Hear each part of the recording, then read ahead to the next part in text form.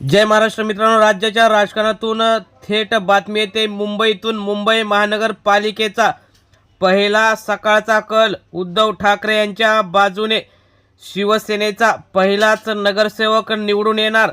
मराठी बहुल भागातून हा पहिला निकाल। नेमकं काय झालंय हे सविस्तर बघण्या अगोदर चॅनलवर जर तुम्ही नवीन असाल तर चॅनल सबस्क्राइब करून बेल आयकॉन प्रेस करा, म्हणजे रोज नवनवीन राजकीय तथा इतर घडामोडी तुम्हाला बघायला मिळतील।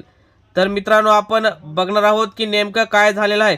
आज सकाळपासून निकाल येण्यास सुरुवात झालेली आहे। मुंबई महानगरपालिका निवडणूक राज्यात नव्हे देशात सगळ्यांचंच लक्ष लागलेलं। तब्बल 8 वर्षांनंतर ही निवडणूक होत आहे।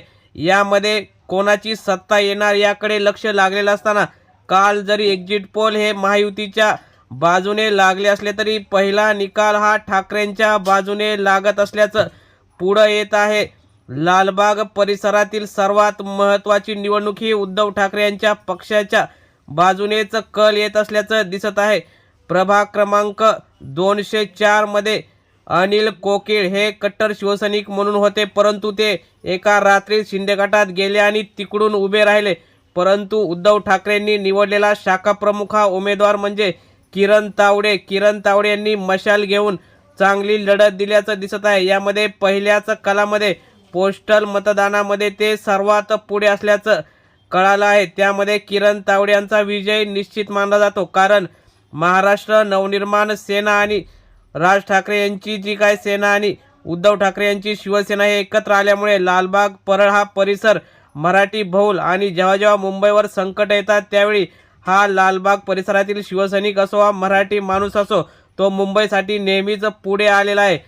त्यावरूनच आता पहिला निकाल सुद्धा लालबाग परळ या परिसरातूनच येत आहे आणि किरण तावडे हे पुढे असल्याचं दिसत आहे। त्यामुळे अनिल कोकीळ हे शिंदे गटात जाऊन कितीही त्यांनी पैशाचा आणि आम्हा प्रसिद्धीचा वापर केला तरी त्यांचा पराभव यातून फिक्स दिसत आहे। त्यामुळे किरण तावडे हा पहिला निकाल उद्धव ठाकरेंच्या बाजूने।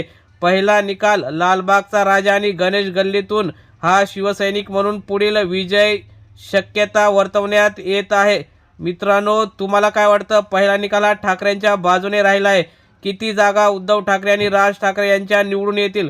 तुम्ही तुमचा अंदाज कमेंटमध्ये नक्की व्यक्त करा। धन्यवाद।